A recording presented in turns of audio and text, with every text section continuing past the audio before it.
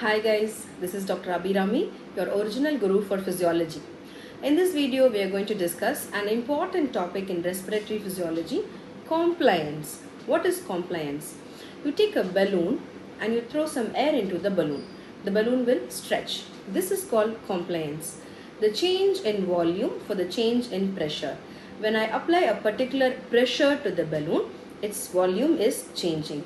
So what is the change in volume for the change in pressure that I had applied? This is called compliance. So what is the formula for compliance?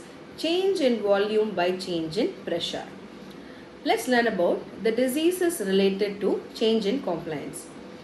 Fibrosis. What is fibrosis of the lung? Thickening of the lung tissue. Scarring of the lung tissue is called fibrosis.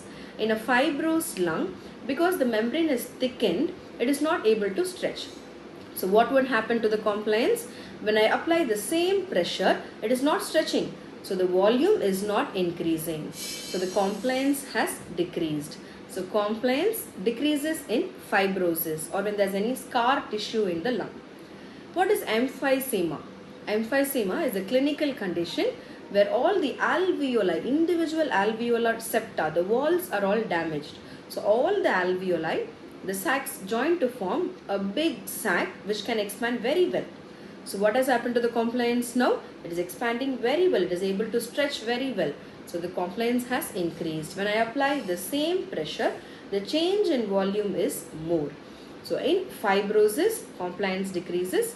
In emphysema, compliance increases. That was about a quick learning of compliance. Thank you.